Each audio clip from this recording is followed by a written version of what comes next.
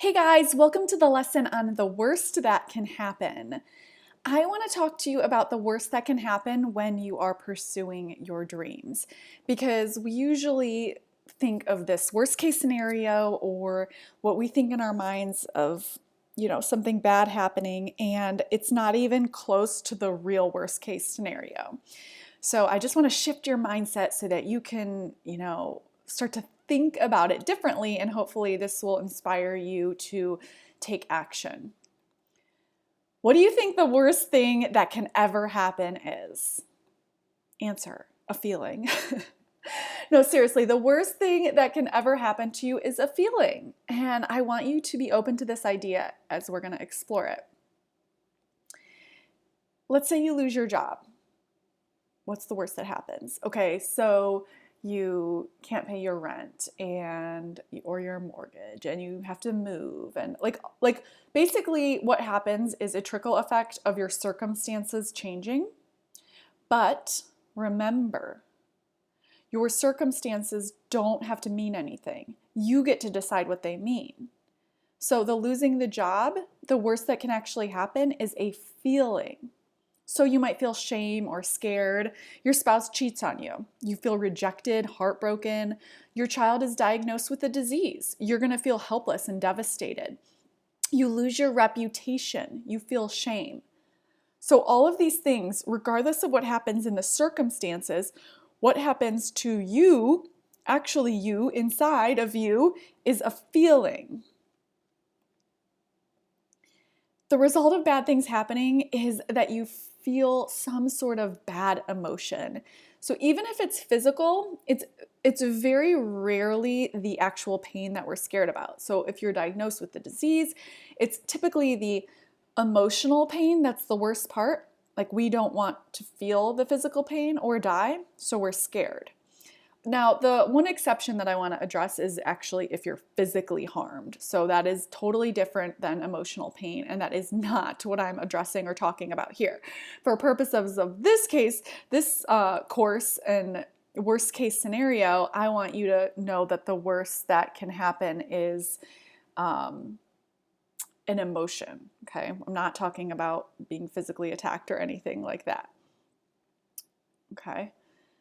All right. Even when there is physical pain, many people who recover make it mean very different things, because remember, it's a choice. After, if there was physical harm or someone was abused during childhood, you can make it mean very different things about you and about your future. And that is beautiful, because then it's not what happened in the past that is causing you to be a certain way. It's how you're thinking about it. So again, the worst that can happen is a feeling. So this is great news, because it means you can literally handle anything in your life if you really understand this and are willing to feel your feelings. That's why we started with feelings, and we have all that thought and feeling work in the beginning of this course, is because when things happen, all you need to know is that you're going to have to experience a negative emotion. And then if you can do that, you can design your dream life. That easy, right? No, I'm serious. It's really powerful. So let's look at an example of how you normally think of worst case scenarios. You want to start a business, let's say, and you think there's no way you can do this. You won't make any money. You think you don't have what it takes to start a business. You don't know what you want to start a business about. You basically think you'll definitely fail, and you think you can't quit your job. You think there's just no way you can do this because of your circumstances, so you don't do it. That is not the real worst case scenario. The real worst case scenario isn't failing. It's not going for it at all. When you don't go for it, you're just failing ahead of time. You're just trying to protect yourself, but really you're missing out. If you don't start the business, you stay in your job, which is what you would do if your business failed. You would just get another job. So you basically accept defeat before you even try. You can't just consider what could go wrong. You have to consider what you're giving up if it goes right.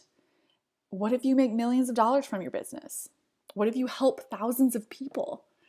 I mean, I think we scare ourselves into not taking action and not following our dreams because our brain's just trying to protect us. But I'll tell you, people don't regret going for it and failing. They don't. They just don't. People regret not going for it.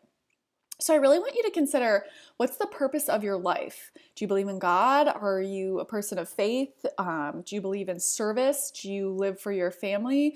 What value do you want to provide to the world? And are you providing it? Have you tried? Why or why not? I want you to start to believe that you can always get another job. Always.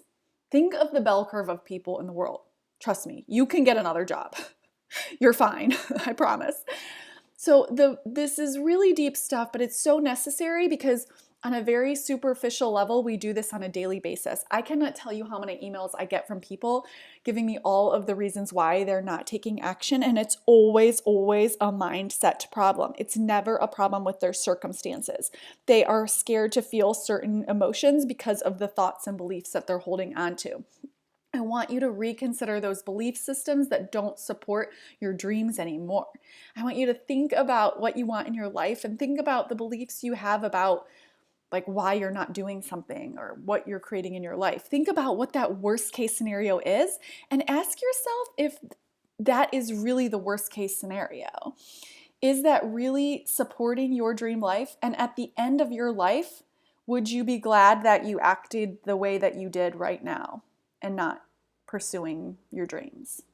Okay? And I will leave you with that. See you in the next lesson.